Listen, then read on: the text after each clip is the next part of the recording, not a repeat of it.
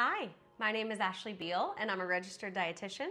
Today we are going to make beef tostadas. The reason why I put beef in quotation marks is because today I'm going to use a plant-based ground beef. So if you're looking to go meat-free for some of your meals, this is a great alternative, and it's what we're going to be using today.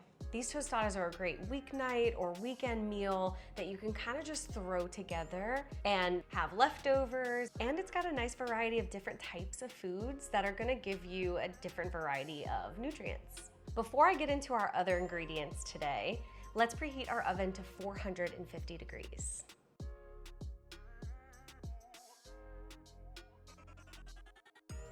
Okay, my other ingredients today are going to be corn tortillas.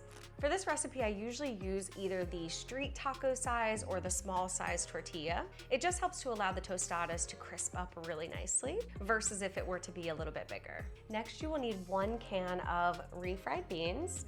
Mine is a 16-ounce can, and that should be plenty. You're gonna need about 2 cups of shredded cheese. For this recipe, I'm using Monterey Jack, but you can use whatever kind of cheese that you like. To flavor my plant-based ground beef, I am going to use a taco seasoning packet like you might have seen in my taco croissant rings. I opt for the low sodium option just because I don't feel like there's a big flavor difference between the two. So if you can find a little window into low sodium option and it doesn't impact the flavor for you, go for that. Otherwise, you can get the regular one as well. For the toppings, I am going to use about a pint of cherry tomatoes, some sour cream, and a half a red onion. I actually had this red onion from a recipe that I made earlier in the week, so it worked out perfectly. Some hot sauce if you like a little spice. And lastly, I got some cilantro. I'm not a big fan of cilantro, but my husband loves it, so I'll typically put a little bit of cilantro on half of them and leave the other half plain, and then if I decide I wanna add some to it, I will. For today's equipment, you are gonna wanna have a cutting board and a sharp knife for cutting some of our veggies. I'm also gonna show you guys how I like to chop my onions using this handy device right here. It's actually pretty simple. You just add onion chunks to the bottom part here, put this on top, and then use this press to chop down. So I'm gonna use that today. Sometimes it can help with chopping onions, especially if you're very sensitive to the smell of onions or they make you cry. Next, we're gonna wanna have a medium-sized pan. This is what I'm gonna use to cook my beef crumbles and season it with the taco seasoning. Lastly, for the tostadas, you will want a baking pan. Because we are using a relatively high temperature in our oven today, I'm gonna skip the silicone mat and I'm gonna stick with aluminum foil. As I always say, you should have some type of oil and oil spray on hand for most of your recipes. It's just always gonna come in handy. Today we're going to use some type of canola or vegetable oil. Okay, now that we have all of our ingredients out, let's start by crisping up our corn tortillas. The oil in this step is going to be crucial because this is going to help our tortillas crisp up really nicely and add additional flavor as it cooks. So how I like to do this, making the least amount of mess as possible, is I will take my oil and just kind of drizzle a little bit along the aluminum foil, like this. What we're gonna do next is take our tortillas and just kind of rub both sides in that oil. You want it to be nice and coated on both sides, like this. And just repeat that process until the pan is full. You will have to add a little bit more oil as you go.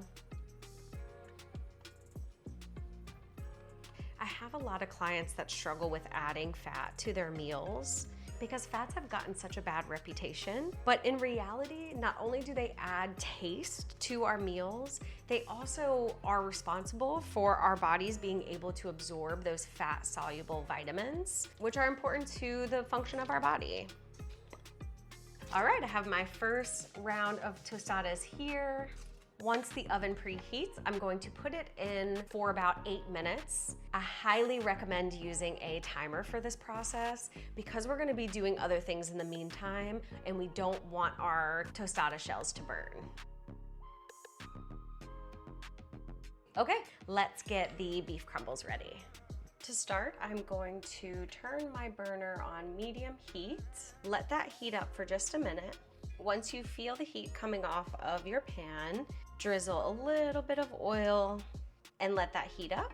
A little pro tip, when oil is fully heated, it will move around your pan kind of like water. Now let's add our meat crumbles, stir with a spoon. You will start to hear it sizzle a little bit. And you'll want to move the crumbles around so that way it gives it a chance for all of it to heat up. And you'll just do this for a few minutes. Going back to my taco croissant ring recipe, if you saw me season the beef with the taco seasoning, you'll notice that I did not add the water to the beef. And that's because beef actually generates enough of its own oils to not really need that water. But because this isn't actually beef, we're going to add water to this one. So once it's heated all the way through, I'm gonna start by adding half a cup of water. You'll hear it sizzle. Let that mix all the way through. And then I will do one more half a cup of water in preparation for the seasoning mix to help it make a nice little glaze over the beef crumbles. Now we can add our packet.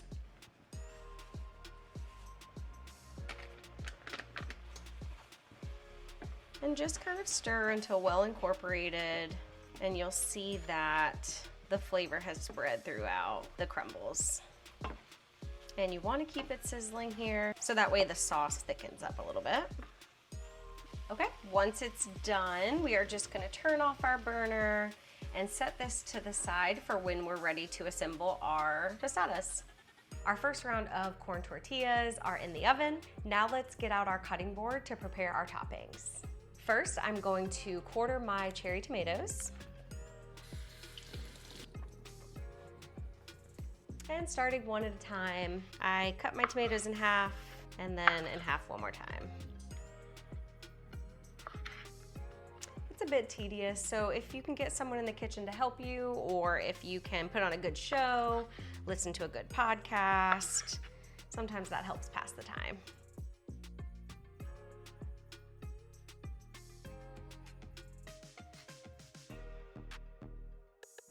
To save yourself some time, you could also get canned diced tomatoes, and then you won't have to cut them individually. For me, I find that chopping veggies is actually really relaxing, but they're only relaxing when I have the time to do it. When I'm in a rush, not relaxing, and the diced tomatoes is probably what I'll do. So it just depends on how you feel. I think that's enough for now. Let's open our can of refried beans next. As always, rinse off the top of your can. Grab a can opener.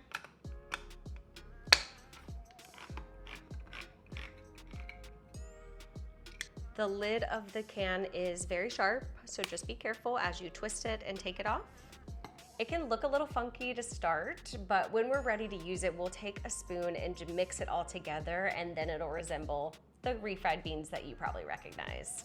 Lastly, let's get our onion ready. So in my little chopper here, there's not a lot of space at the bottom, so you don't want to overcrowd it. How I typically like to do this is, if I had a whole onion, I would cut it in half just like this. I would take one of my halves and I would quarter it just like we did the tomatoes, like this. Then I will put 1/4 in at a time. Seal the top. You are gonna wanna do this on a counter so that way there is a solid base at the bottom, and then just press down. It's pretty cool because the top part of this spins the onion, so that way every time you press down, it cuts a different piece of it. And then you'll see you have finely chopped onion. I'm gonna do that for the rest of my onion and then just set aside here with the tomatoes.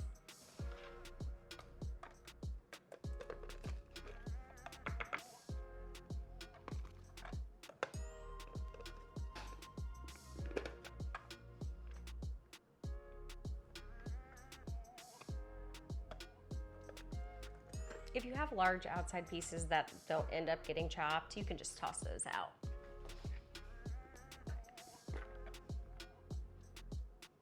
Okay, not a tear in sight. Now we can put these to the side, go grab the first round of our tostadas once the alarm goes off.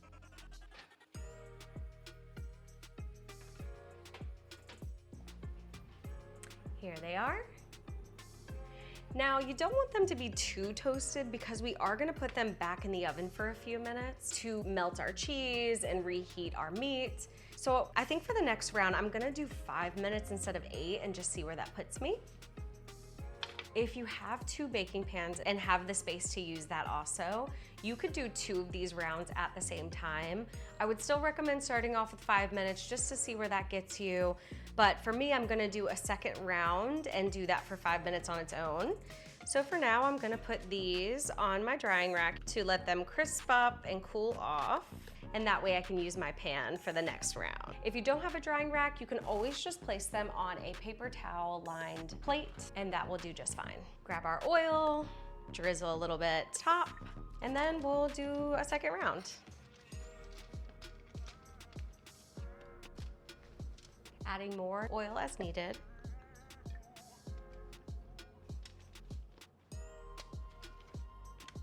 And then we will place these in the oven again, setting our timer for 5 minutes this time. In the meantime, let's take our round 1 tostadas, flip them over,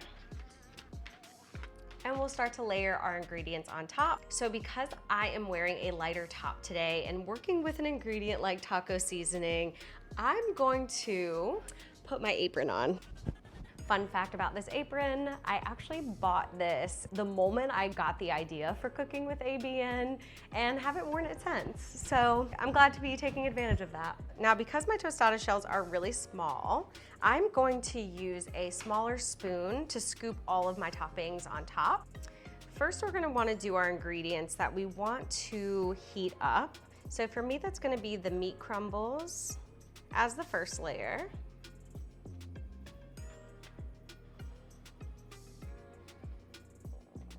You want to put about a tablespoon or 2 of the meat on top, and you can adjust that based on preference. Cross my hands. And then some cheese on top, because I want my cheese to melt before I put the other toppings on there. You can absolutely just go ahead and add your toppings on it right now and eat it as is. I just prefer melted cheese. There's my timer.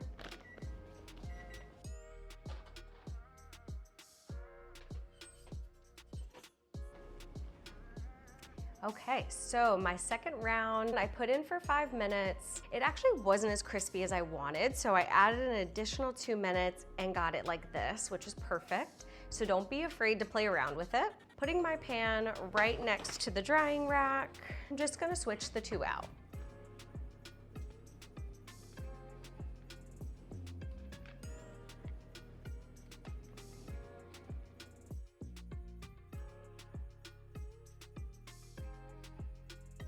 My oven has been reduced to 350 degrees. So now I'm going to take my tostadas with the meat and cheese and put them in for about 5 minutes. For the second round, we're just gonna repeat it again. Flip all of your tostadas over. Taking our spoon, we will add our meat.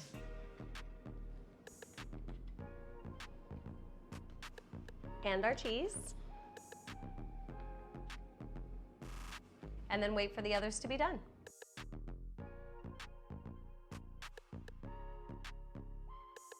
Here are my tostadas with the cheese and meat reheated. To assemble the tostadas, top them with the toppings of your choice. For me, I'm going to bring back my onions and tomatoes, my sour cream, my refried beans. Taking the spoon we used before, I'm going to pour my refried beans into another bowl so I can have more room to stir. Mix it together well. Refried beans add such a nice texture to this recipe. If you wanted, you could also put the refried beans on the first layer underneath the meat, and then those would be heated up. But you can also just kind of add it on top, like this, taking little spoonfuls at a time. beans have such good fiber, so they're really good for digestion. I'm gonna rinse off the same spoon again and use it for my sour cream. Just putting a little dollop on each one, like that. And then I'm just going to add a little bit of my red onion and tomato. I like to top mine off with a little bit of salt and pepper. And there you go. Because I'm only cooking for 2, I just did 2 rounds of the tostadas in the oven. So I have some tortilla shells left. I can either freeze these, I can use them for tacos, maybe breakfast tacos in the morning. What I really like about all of the ingredients we use today is they are really so versatile.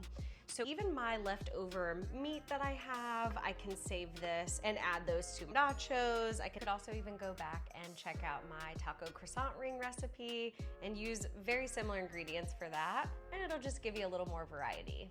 Now for the best part, I'm gonna take a little bit of hot sauce and give it a try. So good. Did you hear that little crunch in there? Let me know what you think. If you tried them, I'd love to hear from you.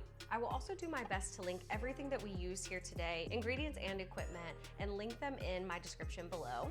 Thank you so much for cooking with me today, and I'll see you next time.